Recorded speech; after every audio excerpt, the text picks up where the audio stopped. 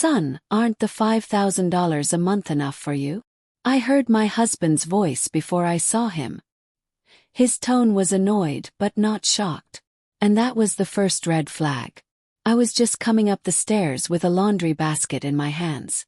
It was a normal afternoon, or at least it was supposed to be. The house was quiet, the way big houses always feel quiet, like they're hiding something between the walls. I froze halfway up when I heard that sentence. $5,000 a month. My foot stopped mid-step. I leaned slightly toward the bedroom door, which was slightly open. My husband, Mark, was inside, pacing back and forth. I could hear the floor creak under his steps.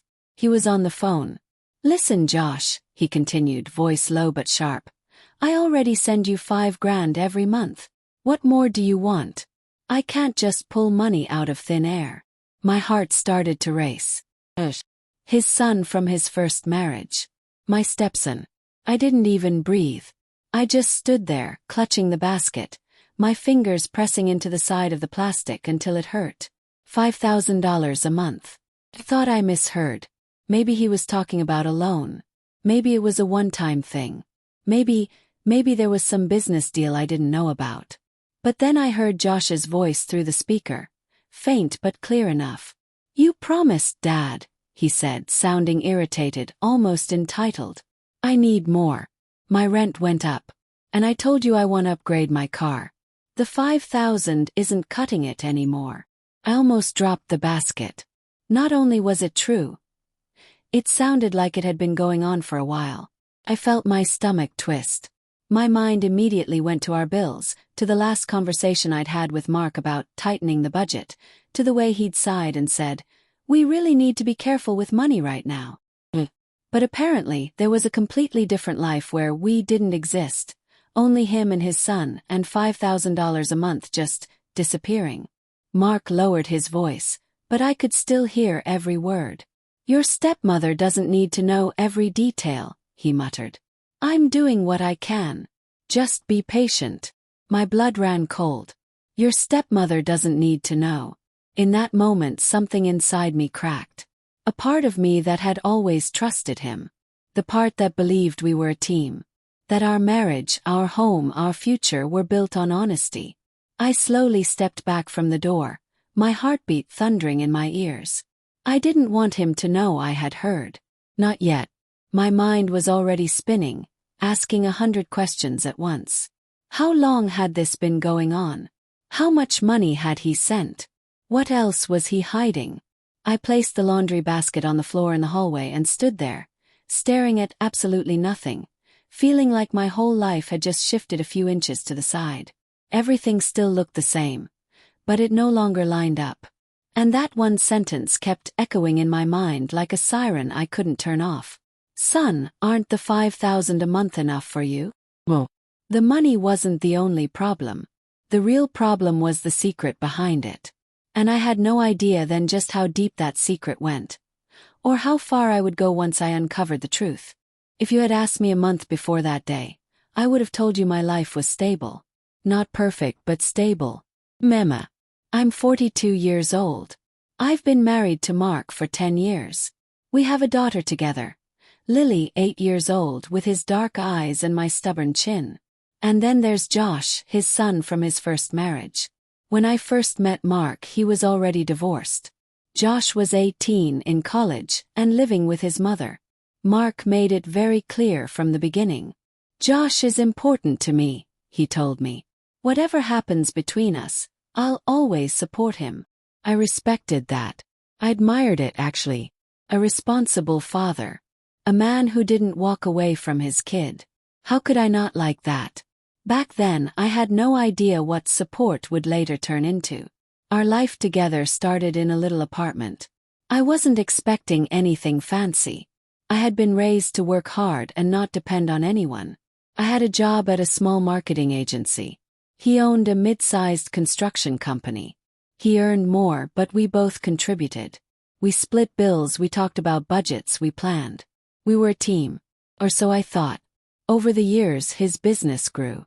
We moved into a bigger house. Then a bigger one. He liked showing me off at dinners. My wife Emma, she keeps our life organized. I became the one who handled the groceries, school applications, house schedules, birthdays. But he handled the money. It didn't feel strange at first. He was the numbers guy. And I trusted him. We had a joint account for daily expenses, and he had his business accounts. I never thought much about it. When I needed something, I asked. When we needed something as a family, we discussed it. Well, I thought we discussed it. Lately, though, things had felt different. Let's hold off on that vacation this year, he said a couple of months earlier, rubbing his temples. The economy is weird, and business is slow. I remember nodding, thinking, okay, that makes sense. We canceled a trip that Lily had been so excited about. I promised her we'd go next year for sure. When I wanted to replace our old washing machine that had been making a horrible noise, he sighed. Do we really have to do it now? Can we maybe wait a few months? We've had some unexpected expenses. Unexpected expenses. Those two words had become very common in our conversations. He started coming home more tired, more distracted. Sometimes I'd find him staring at his phone, looking stressed. When I walked into the room, he'd lock it or flip the screen. I didn't like that, but I told myself, he's probably just dealing with stressful clients. Don't be paranoid. I didn't want to be that wife. The one who snoops through everything. The one who suspects every move. So I kept giving him the benefit of the doubt, even when my intuition whispered that something was wrong. We still had family dinners. We still watched movies together on weekends. He still kissed my forehead every morning. And yet there were cracks. Tiny ones at first. A late payment here. A bill I didn't know about there. Then there was Josh. To be honest, our relationship was polite at best. He was always distant with me. Never rude to my face, but never warm either. When he came over for holidays, he would hug his father tightly and give me a quick, half-hearted, "Hi, Emma." He'd talk about his life, his ideas, his needs, and all those conversations somehow circled back to one thing: money. Dad, I'm thinking of starting a business. Dad, I'm thinking of moving to a bigger place. Dad, I need a new car. My friends all drive better ones. Mark always looked worried, torn between pride and responsibility. We'll see, Josh, he would say. I'm doing what I can. I assumed doing what I can meant occasional help.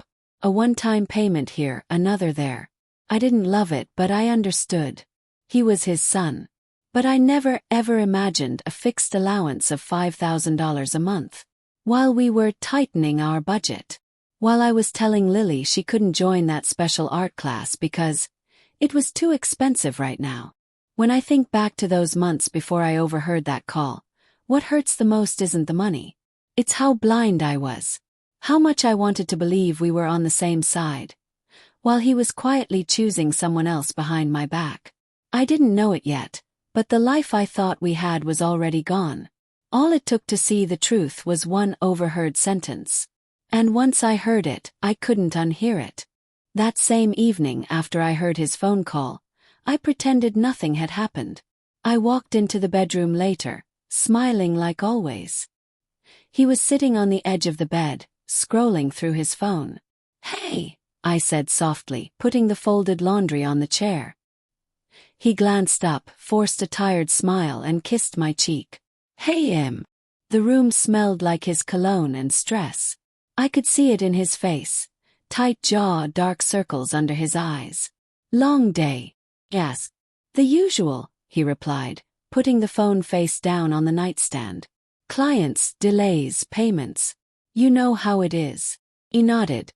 On the outside I was calm. On the inside I was replaying his words over and over. "Son, aren't the $5,000 a month enough for you?" I wanted to scream. "What $5,000? Instead I said, "Hey, I was going over the monthly bills earlier. I noticed the savings account looks smaller. Did we move money somewhere?" His expression shifted almost imperceptibly. It was the smallest flicker, but I saw it. He cleared his throat and shrugged. "Yeah, I had to cover some business costs. A couple of clients were late paying. I used some savings to keep things going. No big deal. No big deal. Smiled back. Okay. Just checking. I didn't argue. I didn't push. Because that was the night I decided something important. If he could hide things from me, I would start looking for the truth myself. Quietly. Carefully. The next day, after he left for work and Lily was at school, I sat down at the kitchen table with my laptop. I logged into our joint bank account. That was normal. I handled the groceries, school expenses, small stuff. But this time, I looked closer. I clicked View All Transactions. At first it was just the usual. Supermarket, utility bills, mortgage, school fees. Then I scrolled further. My eyes narrowed. There it was. A monthly transfer. Same day every month. Different amounts sometimes, but never less than $5,000. The recipient name, J. Miller. I clicked on one of the transfers, my heart racing. The details confirmed it. Repeated payments for over a year. I covered my mouth with my hand as the numbers hit me. 5,000, 5,000, 7,000, 5,000 again. Month after month. I grabbed a notepad and started writing down the amounts and dates. By the time I was done, my hand was shaking. In a little over a year, Mark had sent Josh more than $80,000. $80,000. And all this time he had been complaining to me about unexpected expenses. All this time he had told me we couldn't afford certain things. He had cancelled our vacation. He had delayed repairs. He had said no to our daughter's art class. But he could send his adult son $5,000 a month. Secretly, I felt something inside me burn. It wasn't just anger, it was humiliation. I had been living like a partner in a team that didn't exist. I dug deeper. I checked our savings account. More transfers. I logged into the mortgage account. He had refinanced the house 6 months ago. He told me it was to get a better interest rate. The paperwork showed that he had actually taken cash out. Where did that cash go? I already knew the answer. But I still looked, just to torture myself. Another series of transfers. To the same name. I stared at the screen for a long time, my breath shallow. This wasn't just a generous father helping his son. This was something else. This was obsession. This was favoritism. This was betrayal. My mind started to assemble the pieces. No wonder Josh acted so confident, so entitled. No wonder he always spoke to his father like he owned a part of him.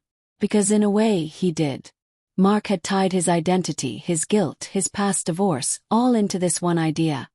I owe Josh everything. And our daughter, our home. We were just second place. That thought hurt more than any number on a screen. I closed the laptop and leaned back in the chair, my eyes filling with tears. I felt stupid for not checking sooner. For trusting so completely. But my tears slowly turned into something else. Determination. If he was going to treat his financial life as a secret kingdom that I wasn't allowed to enter, then I would build something he wouldn't see coming. Not out of cruelty. Not out of revenge alone. But to protect myself. To protect my daughter. And honestly, to make him finally see what he had done. He thought I was in the dark. He thought I'd stay quiet. He had no idea that the woman who folded his shirts and managed his calendar was now quietly planning a way to expose him, without lifting a single finger in anger, just by using the truth. A few days later I got my full confirmation. And it didn't come from a bank statement. Came from Josh himself. It was Saturday. Mark had gone out to check on a client's property. He offered to take Lily with him, and she happily went along. Any excuse to ride in Dad's truck and stop for ice cream. The house was quiet. I was in the kitchen cleaning up when the doorbell rang. I wiped my hands and opened the door. Josh was standing there. He rarely showed up unannounced. Usually, Mark told me when Josh was coming over, and I mentally prepared for the polite, slightly awkward interaction. But this time he looked annoyed, impatient. "Hi, Josh," I said, surprised. "Your dad isn't here." "I know," he replied, brushing past me into the hallway like he owned the place. He's not answering his phone. I need to talk to him. I closed the door slowly. He took Lily to a work site. He'll be back later. Do you want to wait? He sighed, running a hand through his hair. Yeah, whatever. This is ridiculous. I raised an eyebrow. What is ridiculous? He turned to me like he just remembered who he was talking to. Nothing. It's between me and my dad. Between me and my dad. I smiled tightly. You mean the father who lives in this house with his wife and daughter and pays the mortgage with our shared money? That dad. He frowned. Look, Emma, I don't want to argue. Good, I replied, keeping my voice calm. Then don't. Sit down. I'll make you coffee while you wait. He hesitated but walked into the living room and sat on the edge of the couch. I could see he was restless, his foot tapping, his jaw clenched. I brought him a mug a few minutes later and sat in the armchair across from him. So, I said gently, what's so urgent? He stared at me for a moment, as if deciding whether or not I was worth being honest with. Then he shrugged. It's about the money, he said. Course it was. What money? I asked, pretending not to know. The allowance, he said casually. He's late this month, and he didn't send the extra I asked for. My landlord is already on my back. I can't keep living like this. I tilted my head. Allowance. He rolled his eyes like I was slow. Yeah. He sends me $5,000 every month. Sometimes more. It's been our agreement since he married you. Since he married me. My heart dropped. Since he married me. I repeated, my voice barely above a whisper. Josh took a sip of his coffee, completely unfazed by the bomb he had just dropped. He felt guilty for the divorce. Said he wanted to make up for it. He promised he'd support me financially so I wouldn't suffer from his new life. His words. My hands were cold. I could hear my own pulse in my ears. He promised you that when? Yes.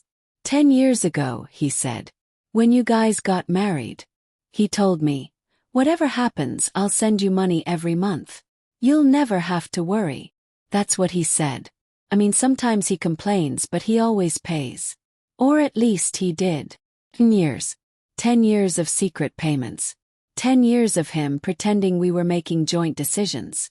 10 years of him building a whole other financial life with his son. And keeping me completely, deliberately in the dark. I swallowed hard. And he told you not to tell me. Josh hesitated, then smirked slightly. I mean, he didn't say those exact words. But come on. I'm not stupid. Obviously he didn't want drama. Drama. That word stabbed me. So my honesty, my right to know, my role as his wife and partner, that was just drama to them. Something to be managed, avoided, kept out of sight. I looked at Josh. Really looked at him. He had Mark's eyes, Mark's posture, Mark's sense of entitlement. Do you work, Josh? I asked quietly. He frowned. I've done some things. I tried a startup, but it didn't work out. I'm thinking of something else now. But you can't just build a business out of nowhere. You need capital. Capital, I repeated. Yeah, he continued, shrugging. Besides, he owes me. He walked out on me and Mom when I was a kid. Now he has you, a new house, a new family. The least he can do is help me out. Right. I stared at him. And in that moment, I understood exactly how Mark had justified everything to himself. He had rewritten the past in his mind so he could feel like a victim of his own guilt. Not a partner in a marriage. Not a father of 2 children. Just a man trying to make things right, with his firstborn at any cost. Even if the cost was his integrity. Even if the cost was me. Even if the cost was our daughter's future. I stood up slowly. Josh, I said, my voice calm but firm. Does your father know you came here today? No, he replied. Like I said, he's not answering his phone. This is his fault, honestly. He can't just suddenly pull back. My landlord doesn't care about his business problems. I nodded, an idea forming in my mind. I see. Well, I'll make sure he knows you came by. He shrugged again, completely unaware that he had just given me the missing piece of the puzzle. He had confirmed the timeline. He had confirmed the promise. He had confirmed the secrecy. He had also given me something else. The moral weakness at the center of this whole situation. My husband wasn't just hiding payments. He had built his entire identity around being a good father to Josh, while breaking every promise he ever made to me. That was the betrayal that truly broke something inside me. Not just the money, not just the lies. It was the fact that he never thought I was worth the truth. And from that day I knew. I couldn't just confront him and scream. That would only create another scene he could dismiss as drama. Well, if I wanted him to really see what he had done, I would have to let his own choices speak for him. In public, in paper, where he couldn't pretend anymore. I didn't sleep much that week. At night, I lay next to him, listening to his calm, even breathing, while my mind raced with numbers, dates, and possibilities. I could have confronted him immediately. I could have thrown the bank statements in his face and demanded answers. But here's the thing about a man who has spent 10 years lying to you. He's had 10 years to practice his excuses. I knew exactly how it would go. He'd call me emotional. He'd say I misunderstood. He'd say, "It's still my money, Emma. Don't you want me to be a good father?" And somehow, I'd end up feeling guilty for even asking. Well, I needed proof. I needed clarity. I needed protection.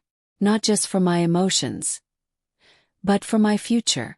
So I did something he never expected from the woman he thought was just a housewife. Got a lawyer. Quietly. I didn't tell my friends. I didn't tell my family. I didn't leave any obvious signs. I just made a discreet appointment using the savings from a small account I had in my own name, money I had put aside from freelance work and small inheritances from my parents. The lawyer's office was in a quiet building downtown. A woman in her 50s with kind eyes and a steel spine sat across from me as I told her everything. The secret payments, the refinanced mortgage, the conversations about tight budgets, the 10-year promise to Josh. She listened carefully, then said one sentence that changed everything for me. "Emma, you are not crazy. You're not dramatic. You're not overreacting. You're being lied to."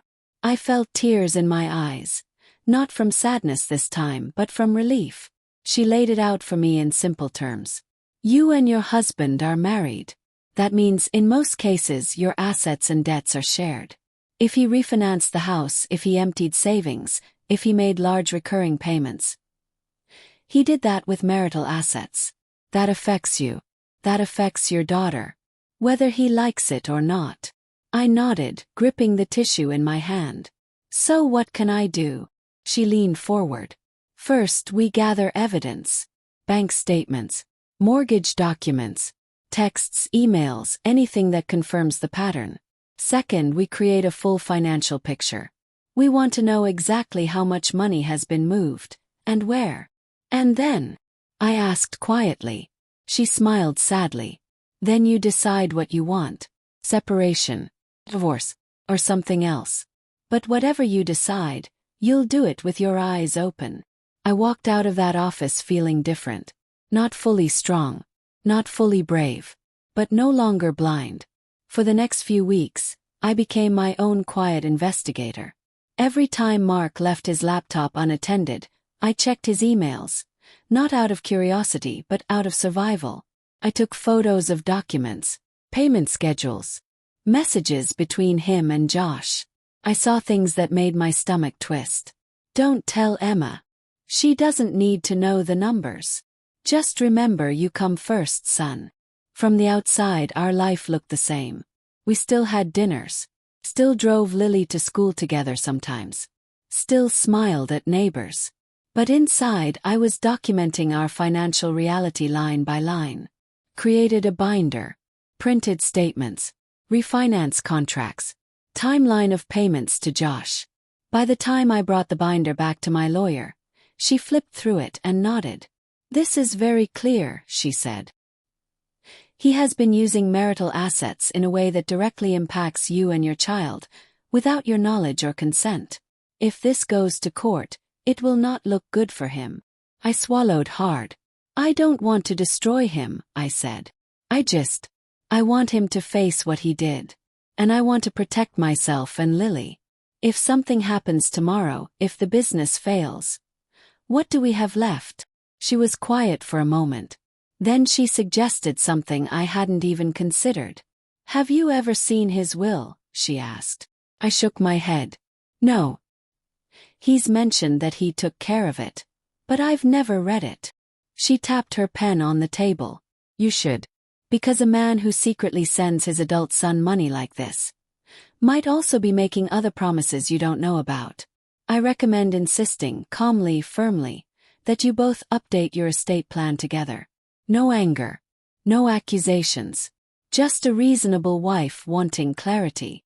I stared at her, then slowly smiled. Because that was something even Mark couldn't argue with. A responsible spouse wanting to be included in the planning of their shared future. That was how my revenge plan started to take shape. Not a screaming match. Not an emotional explosion. But a quiet, calm invitation to put everything in writing. In front of someone impartial. So that the lies could no longer hide in private conversations and secret transfers. The truth would have to stand under bright legal light. And I had a feeling my husband would not like how it looked. I waited for the right moment. It came one evening over dinner. Lily had already gone to her room to finish homework. The house was peaceful. Mark was absently scrolling through his phone again. The TV played some muted news in the background. Mark, I said gently, setting my fork down. He glanced up. Yeah. I've been thinking, I began, keeping my tone casual. We're not getting any younger. We have a daughter. You have Josh. You own a business. It might be time to update our will. You mentioned once that you handled something years ago, but things have changed since then. He froze for a fraction of a second. I saw it. Then he smiled. It looked tight. Yeah, I did a basic will a long time ago. But you're right, we should update it. Especially with Lily. Exactly, I replied. I talked to a lawyer. She said it's normal for couples to review everything together. We can make sure everyone is protected. You, me, the kids. He frowned slightly. You talked to a lawyer? Yes, I said calmly. Just for information. I wanted to understand how things work. I think it's important we both know what would happen if something unexpected happened. He studied my face carefully, searching for something. Maybe anger. Maybe accusation. But I didn't give him any. My expression stayed soft. Reasonable. Finally he sighed. Okay. That's fair. Set it up. A week later, we sat in a neatly arranged office with dark wooden furniture and clean white walls. The estate attorney, a different one this time, neutral, smiled at us from behind her desk. So, she said kindly, you're here to update your estate plan. But it's one of the most loving things you can do for your family. Mark nodded. Yes, we just want to make sure everything is clear. I watched him closely. His posture was confident at first. Then the questions started. How are your assets currently divided? The attorney asked. What accounts do you have? Properties. Debts. Mark began listing things. The house. The business. The joint account. He listened. He skipped the refinancing. He skipped the details of certain withdrawals. So I calmly interrupted. What about the mortgage refinance 6 months ago? Yes. He blinked. What? The refinance, I repeated. When you took out extra cash. Shouldn't that be included? The attorney looked interested. Yes, that's important. How much cash did you pull out? He shifted uncomfortably. It wasn't that much. I brought the documents, I said quietly, pulling the binder from my bag. His head snapped toward me. You brought documents? Yes, I replied, opening it on the table. I thought it would be helpful to have everything in one place. There's the refinance contract. Also the bank statements. I highlighted the recurring transfers. To your son. The room went very still. The attorney's eyes moved from me to him. Recurring transfers. Mark exhaled sharply. Emma, this isn't the place. It's exactly the place, I said, my voice calm but firm. We're here to talk about what happens to our assets if something happens to you. We can't do that if I don't even know where those assets are going now. He looked genuinely shaken. This was not the version of me he was used to. Quiet, trusting, staying out of his money matters. The attorney cleared her throat. Mr. Miller, your wife is correct. For an accurate estate plan, we need to know your full financial picture. These transfers, are they regular? He ran a hand over his face. They're support. For my son. He's had a hard time. I promised I'd help him. For how long? I asked softly. He didn't answer. The attorney looked at the binder. It appears these payments of $5,000 to $7,000 have been ongoing monthly for several years. Is that right? He glared at me. Why are you doing this? I met his gaze steadily. Because for 10 years, you've been making decisions that affect me and our daughter without telling me. You chose to hide $80,000, maybe more, in payments to Josh while telling me we needed to cut back. While telling me we couldn't afford things for Lily. I am not your enemy, Mark. But I refuse to be your shadow. He swallowed hard. His confident mask was cracking. The attorney, to her credit, remained calm and professional. Mr. Miller, you have 2 children. Adult or not, they are both your responsibility in different ways. However, your wife is also your legal partner. Hidden financial decisions can be considered a breach of trust in a marriage, especially at this scale. He shifted in his seat. I was just trying to make up for the divorce. Josh felt abandoned. And what about us? I asked, my voice finally shaking. What about the way you abandoned honesty with me? What about the way you quietly put our house and savings on the line without a single conversation? He looked at me, and for the first time I saw something other than defensiveness in his eyes. Shame. The attorney continued gently. We need to decide how your estate will be divided between your children and your spouse. If you want to leave a portion to Josh, that's your right. But it needs to be clear. And your wife has the right to a fair share as well, given your long marriage and shared assets. I took a deep breath. This was the moment my quiet revenge became real. I'm not here to punish you, Mark, I said.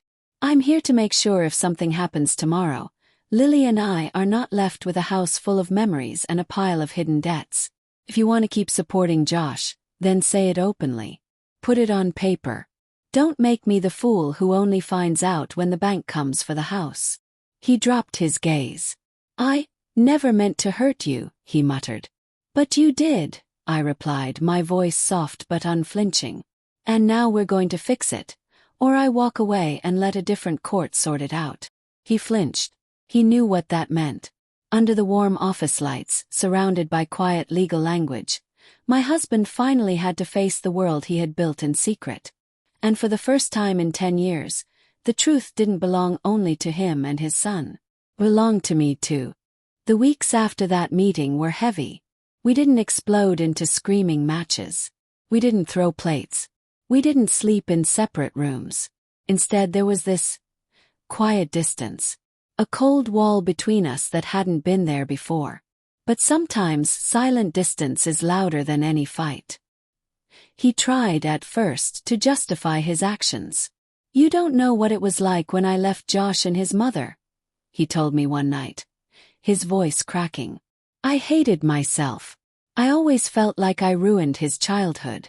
Sending him money made me feel like I was fixing it. He listened. I believed that part of him was sincere. But sincerity doesn't cancel out harm. And what about our child? Yes. What about our marriage? You took from us to pay for your guilt. You could have talked to me. We could have made a plan together. But instead you decided the truth was optional. You decided I was optional. He didn't have an answer for that. The estate lawyer helped us draft a new will. It wasn't easy. Mark had to accept limits. He had to put in writing that the house would belong to me and Lily fully if anything happened to him.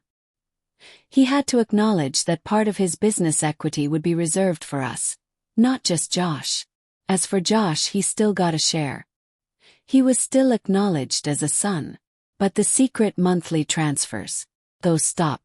Not because I demanded it, but because when the attorney showed him the numbers on paper, the total amount he had given Josh, the risk it posed to our home, the imbalance he had created, he finally understood the scale of what he'd done.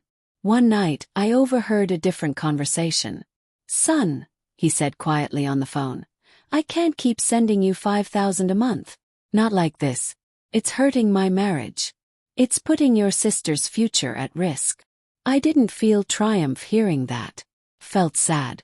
Sad that it had taken legal pressure and a crisis for him to say what he should have said years ago.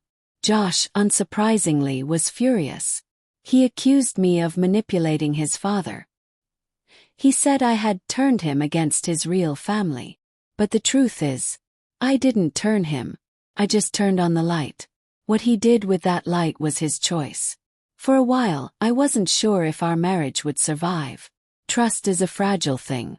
Once it breaks, you can't just tape it back together and pretend it was never cracked.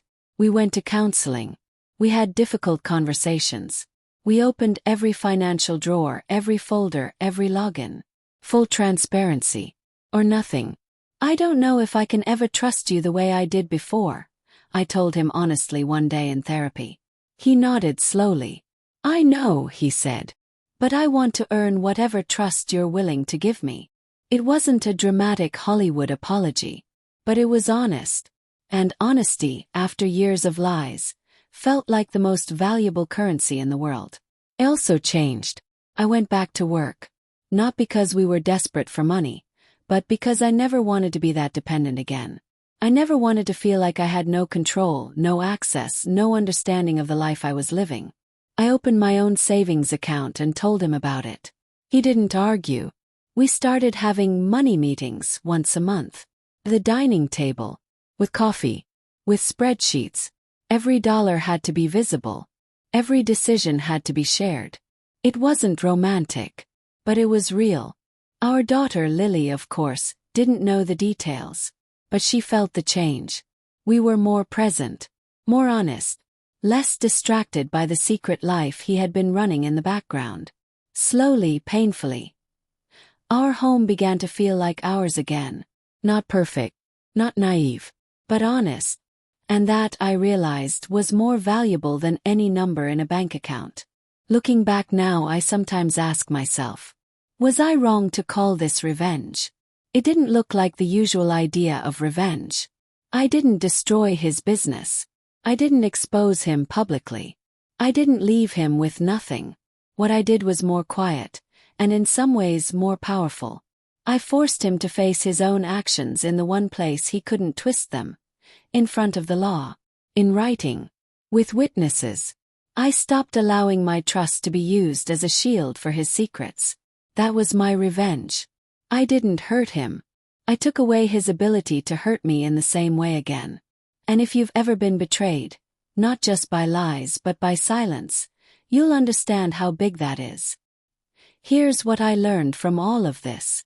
Guilt is not a license to break new promises. Mark felt guilty about his divorce and Josh's childhood. I understand that. But instead of dealing with that guilt honestly, he let it grow into a hidden life. He tried to fix the past by quietly sacrificing his present. Secrets about money are never just about money. They are about power, control, priorities. When someone hides financial decisions from you, they are really saying, "You don't deserve to know how I'm shaping our future." Trust doesn't mean blindness. I used to think that if I asked too many questions, I would seem suspicious, controlling, or ungrateful. Now I know. Healthy relationships can handle honest questions. Only shaky ones are threatened by them. Protection is not revenge. For a while, I felt guilty for getting a lawyer, for collecting evidence. But I realized, protecting myself and my child is not cruelty. It is responsibility. And finally, you can forgive without forgetting. Today, I live with a man who once lied to me for 10 years. Chose not to leave. That doesn't mean what he did was not a big deal. It means I decided that rebuilding, slowly, carefully, with boundaries, was better for me than burning everything down. But make no mistake. I am no longer the woman who blindly believes. I am the woman who listens when something feels off, who reads the documents, who shows up to meetings with her own binder. And if there's one message I want to leave with you, it's this. If you ever hear a sentence that makes your world tilt, something like, "Isn't the 5,000 a month enough for you?" Don't ignore that feeling in your chest. Don't call it drama. Don't let anyone tell you you're overreacting. Because sometimes, that one sentence is the crack in the wall that reveals an entire hidden room behind it. And you have every right to step inside, turn on the light, and decide what you are willing or not willing to live with. My husband thought I would stay in the dark forever. He was wrong.